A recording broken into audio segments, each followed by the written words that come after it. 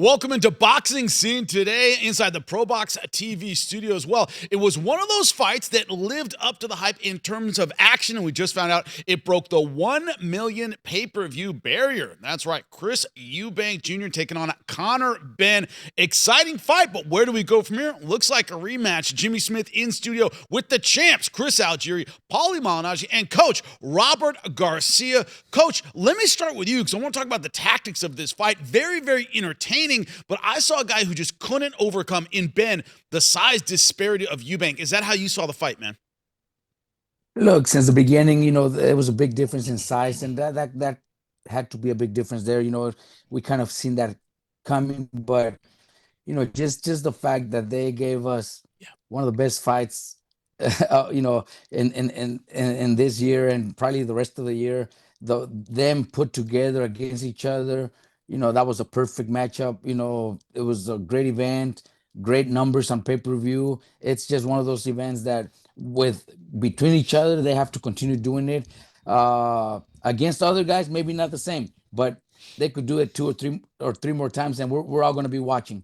Now, that is the question. We'll discuss the future in a second. But, Paulie, you said when we were breaking down this fight, I see two guys that I don't see winning a world title. Man, they're entertaining. They're a lot of fun. Is it just a matter of two guys at the right level, meeting at the right time? Gotti Ward, if one guy had been a little bit better, we don't get that trilogy. If they were at the right place at the right time to give us great fights, is that how you see this fight? Yeah, in some ways, I think the last names really do it though. You first have to gain the attention. With Gotti and Ward, they had built up a reputation for being blood and guts warriors, and so it's like, oh, well, what if we put them against one another? Because they had been in different weight classes for a little while, and now they were in the same weight class.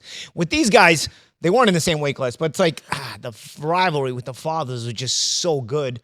How do we not make this fight? And it was kind of a business first kind of thought process. You weren't sure if you were going to get this kind of fight or this kind of entertainment value for it. Because, again, they all kind of flawed as well. But when guys are flawed enough, it also makes for a better fight. When guys that are very, very skilled, the layman will never understand that kind of fight. It's always, you need enough flaws, especially defensively, to where you can create that dynamic, explosive contact in a fight. And I think you got that here. Yeah, I said it. They're not going to be world champions. No, Mario Barrios sucks at welterweight, so don't quote me on it, because I think if Benn gets his hands on Mario Barrios, there's a possibility he could win a world title. But to be fair, they're of a good level either way. You know what I mean? Eubank has some decent wins on his record. He's a big crafty, but he was older, so you weren't sure. You weren't sure what you were going to get. Sometimes you put these things together and you're like, hey, it matches. You just got to get people in the seats. You got to get people to buy. Then if it doesn't live up to it, whatever. You can't return it. You can't return the money. It's like when they made the sequel to Dumb and Dumber. They made it based on the power of the first one. The second one sucked. I've stricken that one from my memory bank. Yes. Or Godfather 3. You know what I mean? On the power of the first success, right. you get a lot of sales. Then if you stole people's money, what does it matter? They already paid for it, right? I felt like this fight had a little bit of that in it. But then when they fought, got to give these guys credit. They fought their balls off. They fought their balls off. Whatever it is, again, even if there is a little bit of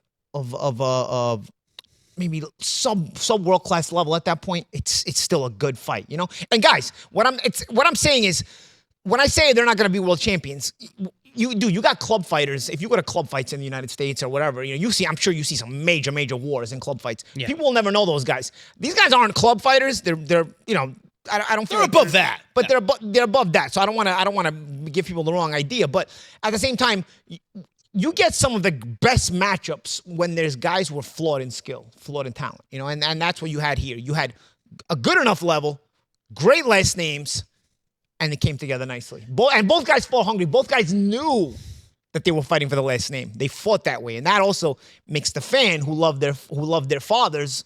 It makes them feel like, oh man, you know what? I love these guys. I want to watch it. Because you know what their fathers already stood for. This fight, I think, was masterfully constructed. It had the chance to be a manufactured kind of fake fight that wasn't going to be very good, like you said, a money grab. But in terms of the storyline, the narrative, we're never going to have that again. We had two fathers who fought each other in their primes in two different weight classes, fighting for world titles, and they were world-class fighters, and their fights were great. How crazy is it that their sons, 30-something years later, are at a level this high and still competing each other. So we got Muhammad Ali and Jackie Frazier lied. Layla Ali and Jackie Frazier lied. They were sons of legend, daughters of legends who fought each other, but this is a different level. This is much, much higher than that. Much, much higher. So the fact that you've got this level of guys fighting each other, and yes, there's sub-championship level, of course, everything you said, I agree with, but it's still a very high level, and we still gets the public involved. 1 million buys is a big deal on pay-per-view these days. So obviously, the narrative was there, the storyline was there.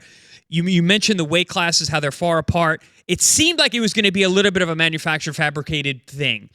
Is the beef real? Is it just a money grab? Is the weight too far? I think they did it masterfully.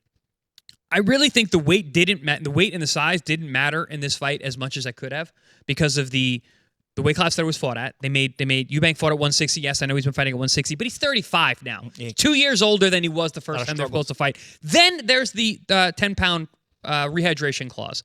Listen, there's no way that the weight did not affect Eubank. You saw it in his performance that night, plus the age. So it almost took the weight out of the equation. Made an advantage for Benn in some ways. I think it did because I thought that Eubank looked very weak early on. He looked.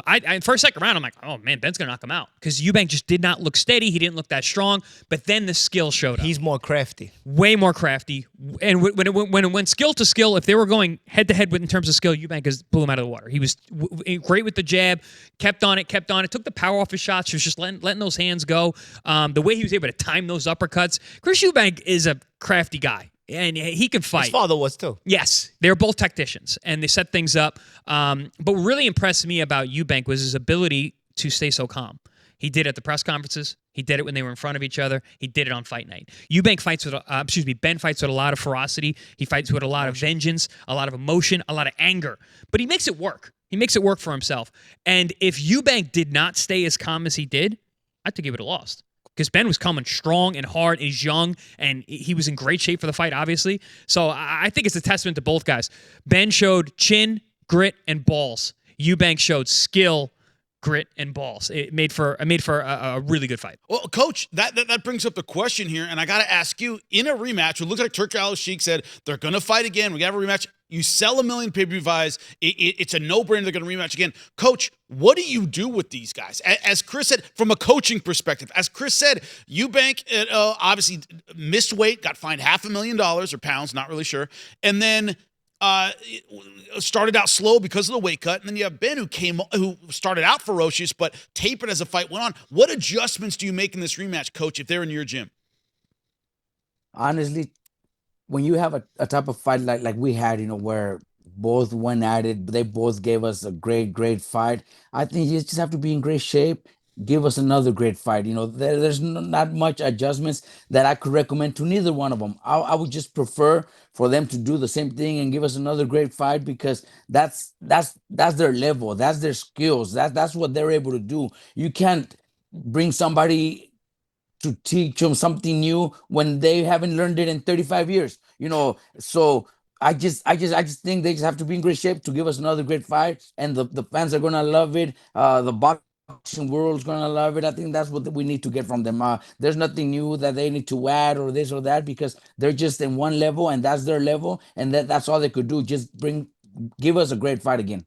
Yeah, for me, I think that both these guys, I don't know, it's like you said, Coach, where can they improve? Listen, we got a great fight. You don't want to change too much, but I think both these guys, they're going to want to make sure they win. So they're going to make adjustments.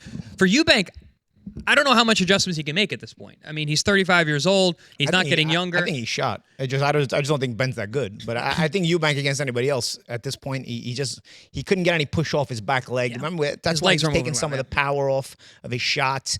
And also the favor Benn does for you is when you can't close the gap, Benn closed the gap for you, so then you can hit him with your smaller shots. But let me just finish this point. So with Eubank, I think the only thing now is the cat's out of the bag. He said it in the interview after. He's like, I didn't think he had that in him. He's just going to be more prepared in terms of if they do a rematch. He's going to be more prepared for what Benn can actually do. He's like, I'm actually going to respect this guy. He was trying to little brother him the whole time, and you kind of took it like, oh, maybe he's really taking him seriously. I don't think he did. I think he just thought, you're too small. I'm way better than you. I'm going to beat you up. And then when he's in there with Benn, he was like, all right, this guy is for real. I think maybe next time the only difference that Eubank can actually make is to be more prepared mentally for, all right, this guy's going to be a stiff test. For the ferocity. But Benn, I think Benn can make a lot of adjustments. I think it was the second or third round, he landed a stiff, hard jab that actually had Eubank's nose bleeding early on. That was almost the last time I saw his jab. He abandoned the jab. He found the body punches late. Where were they early? You got a guy who struggled to make weight. Why would you not go to the body early? So I think there's things that Benn, being, what is he, 28, and hasn't been at that level yet, that there's room for improvement for him. Will it be enough to beat Eubank? I don't know. But I think there are things that both guys can improve upon, but it's not just simply like, all right, you got to fight this way, you got to fight that way. I think it's kind of particular to each guy. I agree with the body shots. I think the Benn should have started that way early, especially he did it at the end. Yeah, but I mean, you got to go from round one to this By guy. then, you're all right, especially that Eubank started a little bit slow. You had to get going. As far as the jab, I'm gonna disagree, because Benn's jab sucks. So when your jab sucks, it can be timed and you can be made to pay for it. And Eubank is a crafty guy. Like I said, Benn throws the same jab every time. He throws it like he's throwing a battering ram. like a battering ram jab. He doesn't change the speed on it. Doesn't change the speed on any of his punches, let alone the jab. So I think that's why guys who don't have the change of speed and change of gear, if you notice, they don't jab that much, because what happens is their jab is so one-dimensional that it starts getting timed. Then you actually start paying for using your jab. So they're like, instead of thinking, let me adjust the jab the IQ way, they think, I'm just gonna use the jab. That's why this guy comes flying in with right hands and left hooks like crazy. What works for him is his ferocity and his energy. I just don't think it works at world-class level.